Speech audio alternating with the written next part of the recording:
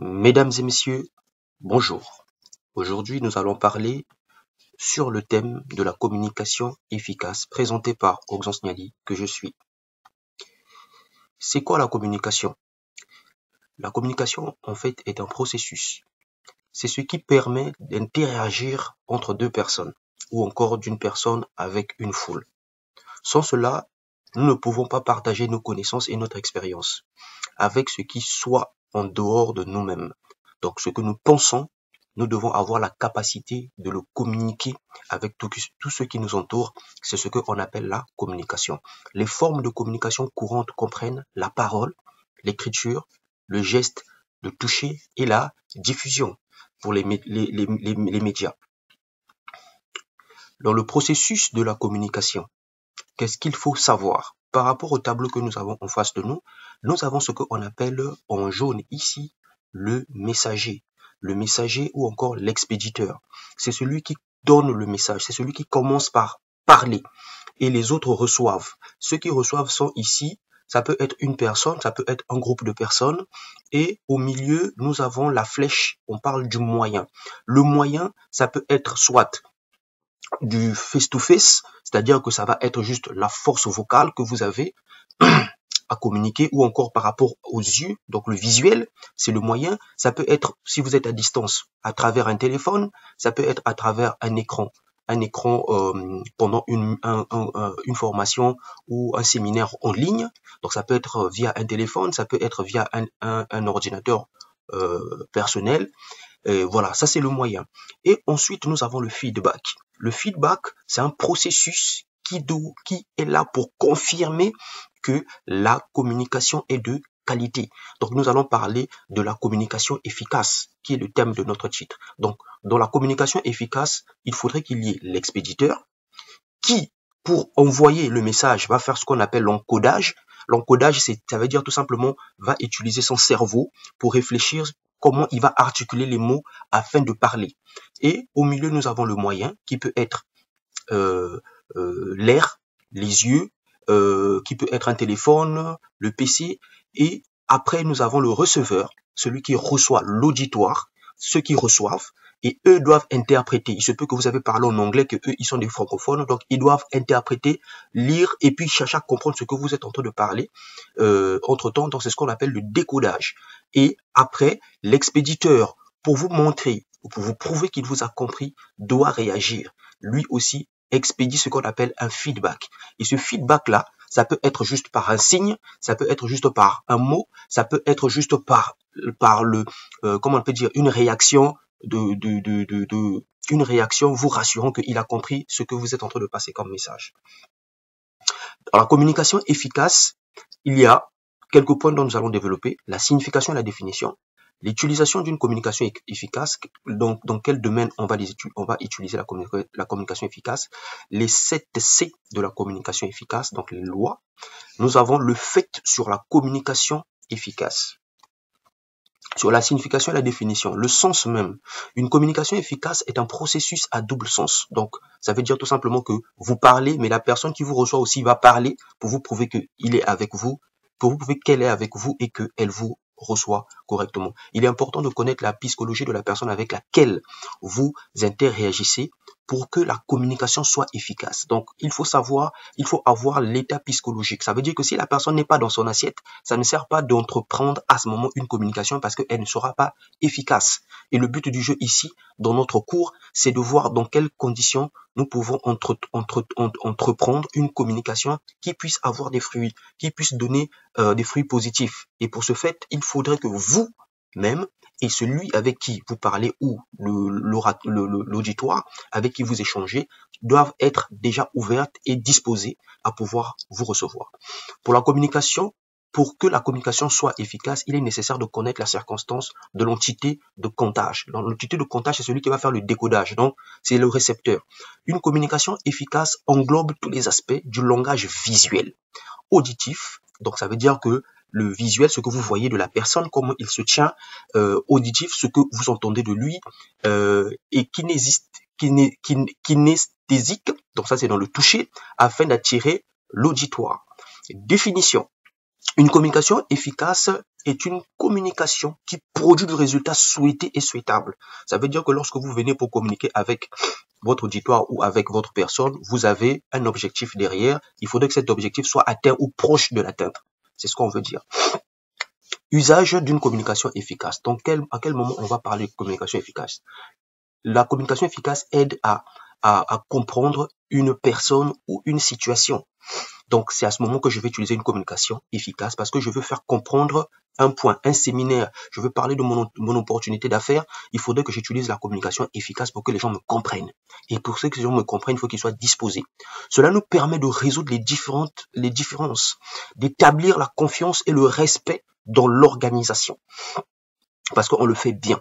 Donc, ça nous permet d'établir la confiance et le respect. Parce qu'on respecte les lois de la communication efficace quand nous communiquons avec nos prospects ou encore notre auditoire.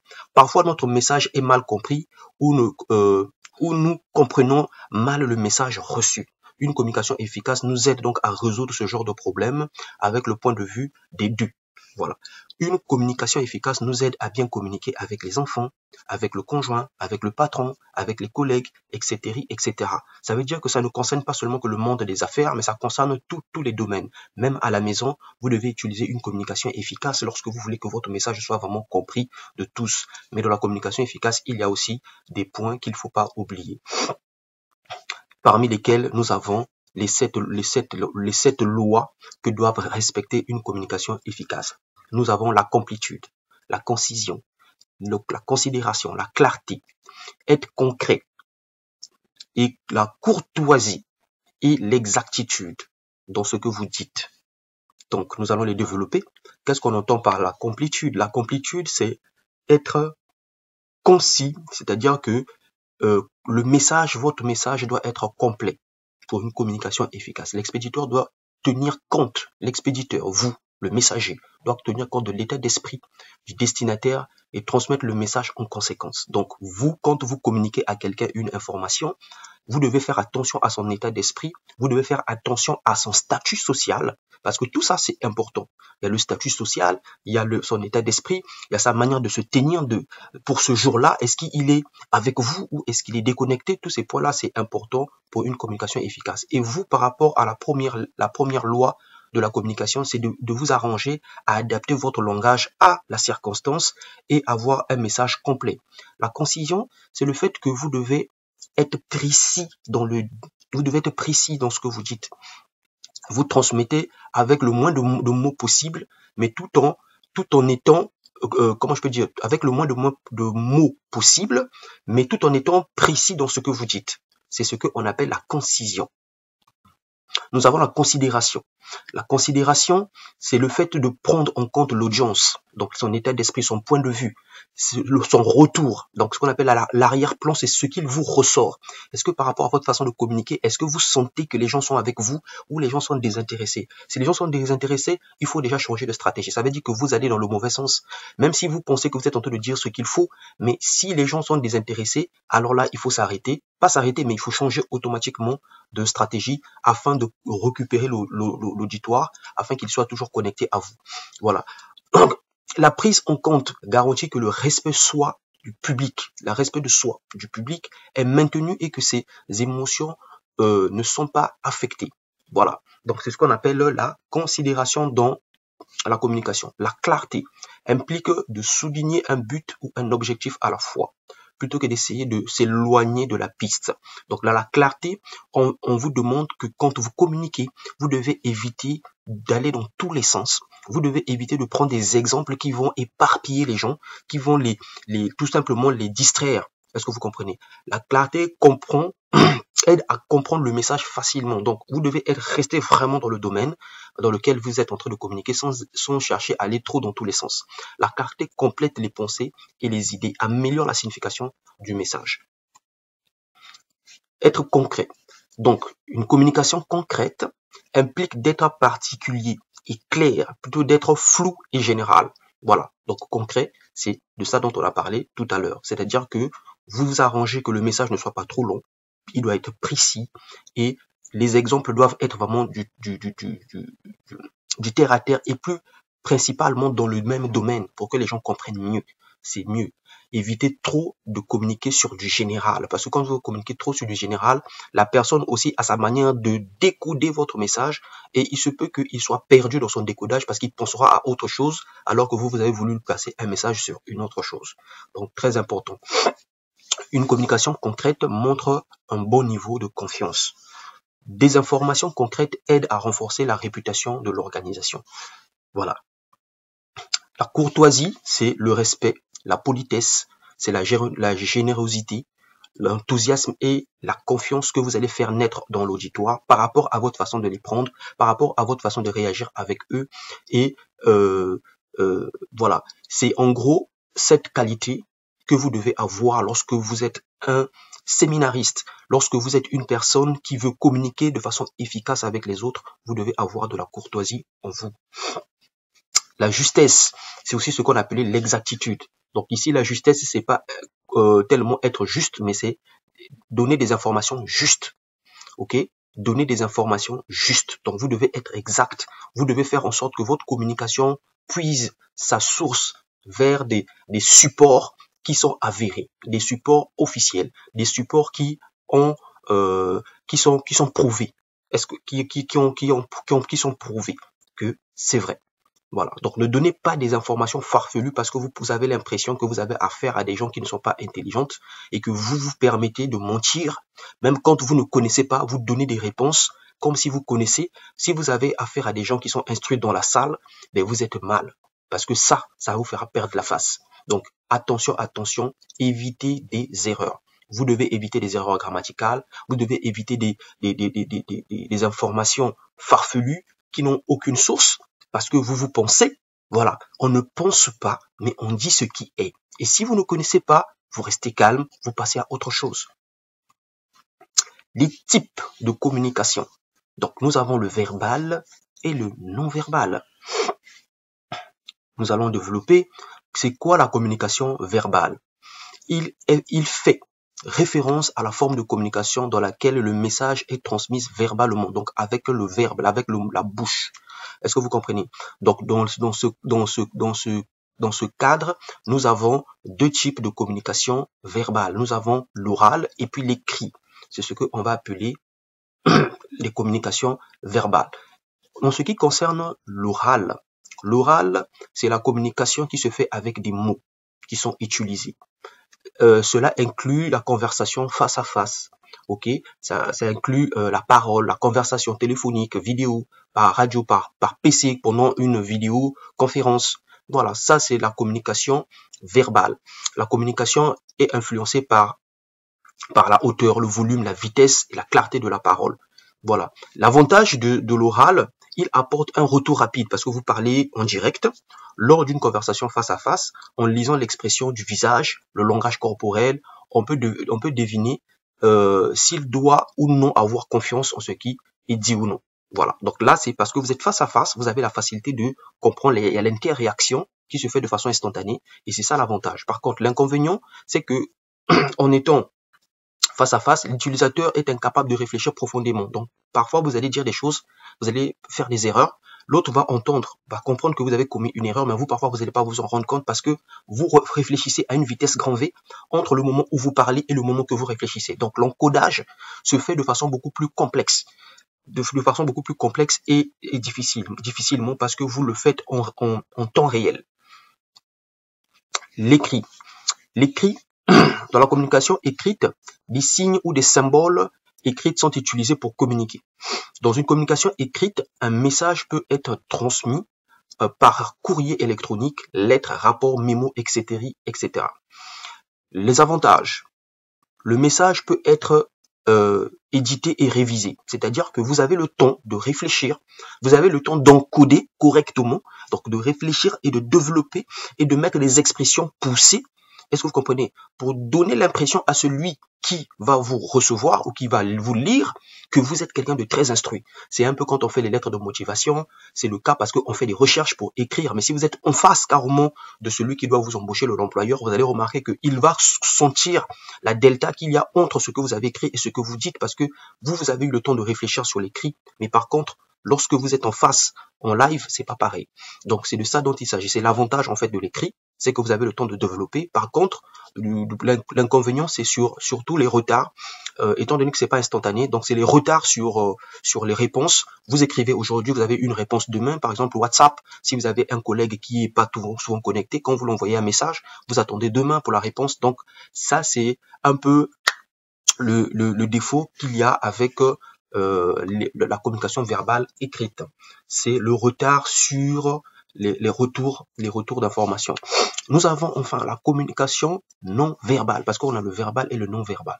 Donc dans le non verbal, nous avons le gestuel, le langage corporel, la posture, le ton de la voix et l'expression du visage. Ça, c'est l'expression non verbale. Il y a des gens, quand tu as commis une erreur, par son visage, par son regard, il t'a déjà envoyé un message. Et toi, tu comprends que là, papa ou maman n'est pas d'accord avec mon attitude. Et c'est ce qu'on appelle une communication non verbale. Nous avons aussi des personnes malentendantes et sourdes. Et ces personnes-là aussi apprennent à parler en faisant des gestes. Et ça aussi, c'est ce qu'on appelle une communication non verbale. Donc ça prend en compte l'apparence, comme je venais de vous le dire, le vêtement, la coiffure, la propriété, l'utilisation des produits environnants, la taille de la pièce, l'éclairage. Donc tout ça là, c'est du langage. Voilà, tout ce qui nous entoure a un langage. Le langage du corps, nous avons le son, donc la tonalité, le volume, le débit de la parole, ok. Et enfin, nous avons le niveau de communication. Donc, le niveau de communication, nous avons la communication intrapersonnelle, qui est une communication qui se passe à l'intérieur de votre esprit. Donc, c'est lorsque vous, quand vous êtes prêt à faire quelque chose, vous vous posez d'abord la question: est-ce que je dois faire Longriche? On m'a parlé de l'opportunité, d'accord, j'ai réfléchi, j'ai décodé tout ce que j'ai entendu aujourd'hui au séminaire, mais est-ce que je suis prêt à faire Longriche? Tu te poses à toi-même d'abord la question: est-ce que j'ai les moyens qu'il me faut pour pouvoir développer ce business? C'est ce qu'on appelle la communication intrapersonnelle, parce que ça se passe dans votre esprit. Et à ce moment, votre esprit va vous dire: oui, vas-y, tu peux le faire. Mais pourtant, une personne a vu que quelqu'un t'a parlé. Tu t'es parlé à toi-même et c'est toi-même qui t'a répondu. Voilà, c'est ce qu'on appelle la conscience. Nous avons la communication interpersonnelle. Là, on a vu c'était intra, là c'est interpersonnel. Une communication entre des personnes, mais peut impliquer davantage dans des conversations informelles. Donc, c'est pas des messages de forme où on va vraiment insister sur la forme, c'est des messages du terre à terre. Voilà. Exemple, lorsque vous parliez à vos amis. Voilà. Donc, ça, c'est un message interpersonnel. Nous avons la communication en petits groupes. La communication en petit groupe au sein de groupes ou d'équipes formelles ou informelles. C'est une interaction de groupe qui aboutit à la prise de décision avec résolution, avec à la clé une résolution de problèmes ou de discussions au sein d'une organisation. Là, c'est la communication avec un petit groupe. Nous avons la communication groupe à groupe qui implique un orateur qui cherche à informer ou à persuader ou motiver un public, un peu comme ce que nous faisons. Quand nous faisons nos séminaires. Nous avons la communication de masse. La communication de masse, c'est une communication qui se fait très souvent par les médias. Donc, les médias sociaux, les réseaux sociaux de grande masse. Nous avons les journaux imprimés. Nous avons la radio. Nous avons la télévision, qui sont des moyens de communication de grande masse. Les obstacles à une communication efficace. Qu'est-ce qui peut enfreindre à la communication efficace? Très important.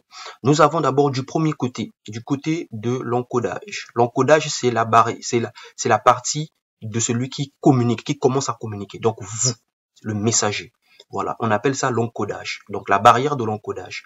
Nous avons le manque de sensibilité au récepteur, c'est-à-dire que vous n'êtes pas sensible ou vous n'êtes pas ouvert à celui avec qui vous parlez. Vous êtes fermé.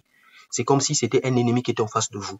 Voilà, ça peut être une barrière à la communication efficace. Nous avons le manque de compétences sur le domaine sur lequel vous communiquez. Parce que vous pouvez communiquer sur un domaine, parce que ça arrive parfois vous causez avec un ami, mais vous parlez d'un domaine que vous ne maîtrisez pas. Parce que vous savez que c'était important d'en parler, mais vous ne maîtrisez pas. Et ça peut être aussi un frein.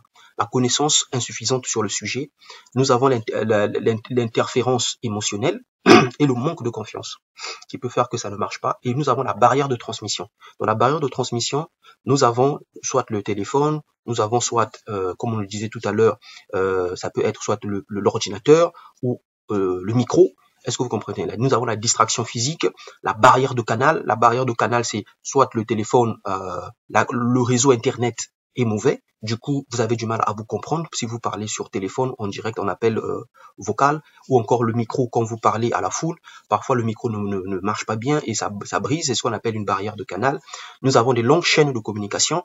C'est-à-dire que si vous passez par plusieurs personnes interposées, le message peut être transformé et tronqué au bout du compte. Nous avons enfin le décodage des barrières. C'est-à-dire que celui qui reçoit le message, donc le récepteur, lui également, manque d'intérêt à la conversation peut faire que le message ne soit pas efficace parce qu'il ne s'intéresse pas à ce que vous dites. Le manque de connaissances. Vous avez abordé un sujet que lui ne maîtrise pas. Ça peut être aussi à l'origine du manque d'une communication efficace tronquée.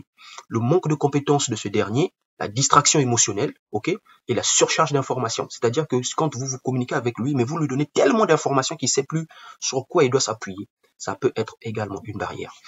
Aucune disposition pour les commentaires. Là, c'est la partie obstacle en réponse. L'obstacle en réponse, c'est lorsque le récepteur envoie maintenant ce qu'on appelle son feedback, c'est-à-dire le retour de son information qui repart à vous. Et ça aussi, il peut aussi avoir à ce niveau-là aussi des obstacles. Aucune disposition pour le commentaire, il ne fournit pas de commentaire, donc il vous donne aucune réaction de sa part pour vous dire s'il a compris ou pas votre message. Sur comment maintenant nous allons surmonter ces obstacles.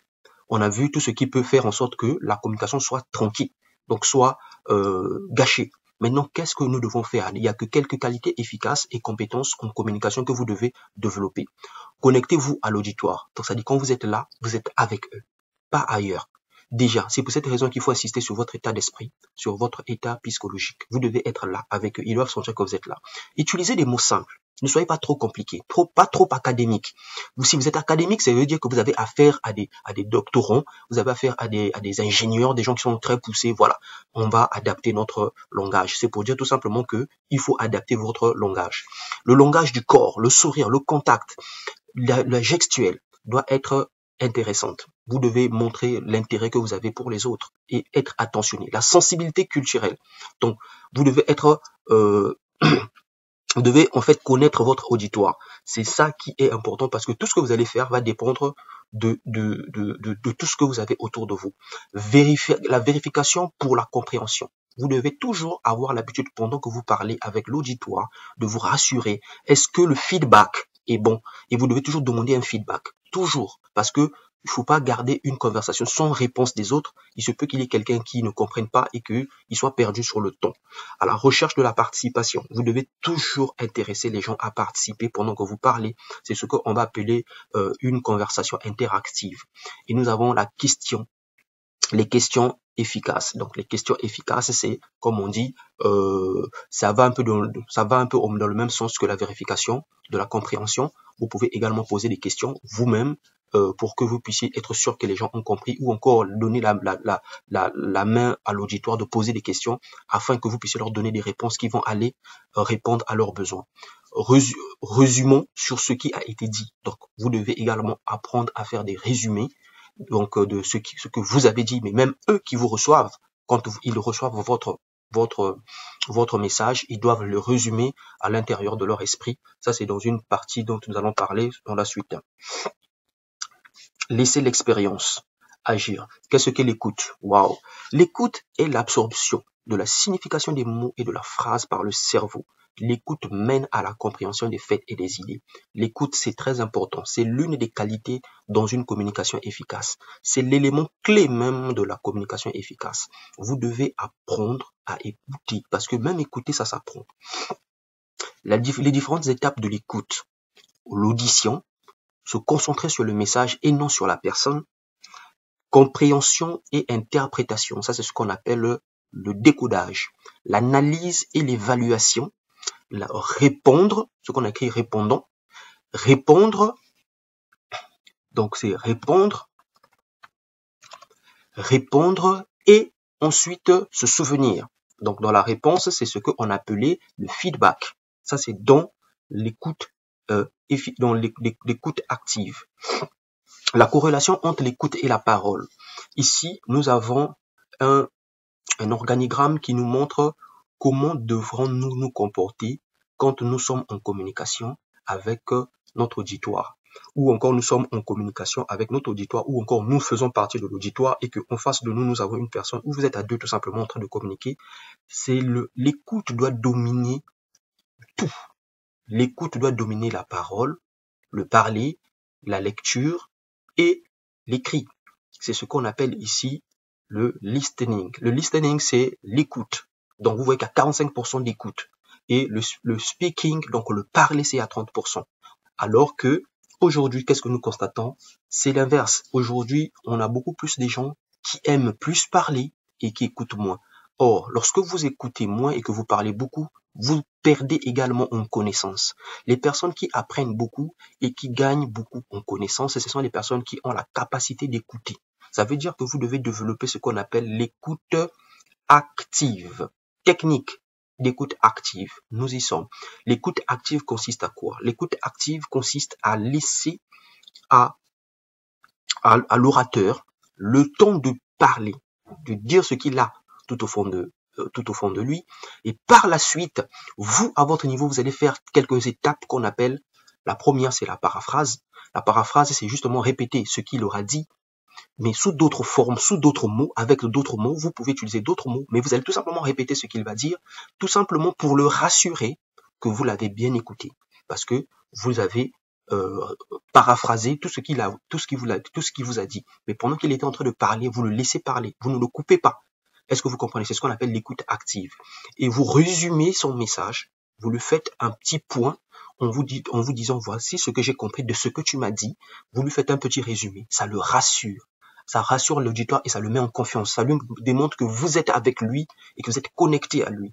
Et enfin, vous pouvez poser une question ou poser des questions, invitant l'orateur à réfléchir plus en lui posant des questions simples afin que ses réponses données viennent tout simplement confirmer votre compréhension. Ok? Que cela vienne confirmer votre compréhension sur le sujet développé. Voilà, c'est ce qu'on va appeler l'écoute active. Le chemin pour une bonne communication, c'est écouter pour comprendre, d'accord? Le chemin pour une bonne communication, c'est écouter pour comprendre, comprendre avant de parler, parler pour être compris, rechercher la compréhension avant de procéder. Donc, assurez-vous que les gens ont compris avant d'aller à l'étape supérieure. Et vous faites la même chose. Vous écoutez, vous également, avant, pour comprendre ce qui est dit. Ça, c'est quand vous vous positionnez en tant que récepteur. Et donc, c'est l'écoute active qu'il faut appliquer ici. Et puis, une fois que vous avez compris, avant de parler, vous pouvez maintenant parler. Donc, ça, c'est les phases que nous venons de voir tout à l'heure. Et parler pour être compris. Ok, là, c'est la partie où vous êtes l'orateur et c'est vous qui communiquez et vous communiquez de façon efficace. Nous avons déjà vu quelques éléments en haut. Et enfin, vous cherchez la compréhension de celui qui vous écoute. Comment surmonter ces obstacles? Nous sommes toujours sur comment surmonter ces obstacles. Prendre le récepteur plus au sérieux. Donc, celui qui vous écoute, vous devez le prendre au sérieux. Message limpide, vous devez être simple, ok. Délivrer habilement le message, se concentrer sur le récepteur, utiliser plusieurs canaux pour communiquer au lieu de compter sur un seul canal, d'accord. Ici, c'est comme je vous disais, les canaux de communication, ça peut être des personnes interposées, donc plusieurs personnes qui vont recevoir votre message et qui vont relayer. Ça peut être le micro, ça peut être la télévision, ça peut être la radio, ça peut être le téléphone ou encore un séminaire qui va se faire en ligne. Vous pouvez faire en ligne et en présentiel. Voilà. Assurez un retour d'information approprié. Soyez conscient de votre propre état d'esprit, c'est ce que nous venons de dire plus haut, émotionnel et attitude, pour que vous puissiez appliqué une communication efficace. Enfin, des outils efficaces de la communication. Les outils effectifs de la communication efficace, c'est d'être bref, avoir de la manière en utilisant le jeu. Sois positif quand tu parles. Être bon auditeur. Donc ça, c'est de la formation. Il faut beaucoup travailler là-dessus. Ajouter du piquant à vos mots. Donc vous devez parfois faire plaisir, faire rire parfois. C'est très important. Avoir la clarté, la prononciation. C'est très important. Et de l'autre côté ici, nous avons un tableau qui vient tout simplement résumer ce dont nous avons parlé plus haut. Donc tout au début de notre cours, c'est la communication, le cycle de la communication. Il y a le messager, c'est l'orateur. Nous avons l'encodage, c'est son cerveau qui interprète. Nous avons send. Send, c'est le canal, voilà, le canal de transmission, ok, qui peut être, comme on disait, le micro, le téléphone, les moyens de communication en tout cas. Et nous avons le décodage, qui est l'interprétation de celui qui va recevoir. Et une fois qu'il a fini d'interpréter, donc de faire de l'analyse, il va maintenant faire ce qu'on appelle un feedback vers le messager, c'est-à-dire l'orateur. Donc ça, c'est le processus de la communication. Et donc, quand vous communiquez avec votre auditoire, vous devez vous assurer que ces fonctions doivent être appliquées avec efficacité suivant le cours que nous venons de faire. Donc là, nous avons la partie questions-réponses. Nous allons le développer pendant nos sessions live, pendant nos formations en ligne. Donc, prenez le temps vraiment de noter toutes les questions que vous allez avoir pour cette occasion. Et moi, je vous dis à très bientôt. On se dit au prochain numéro. Merci.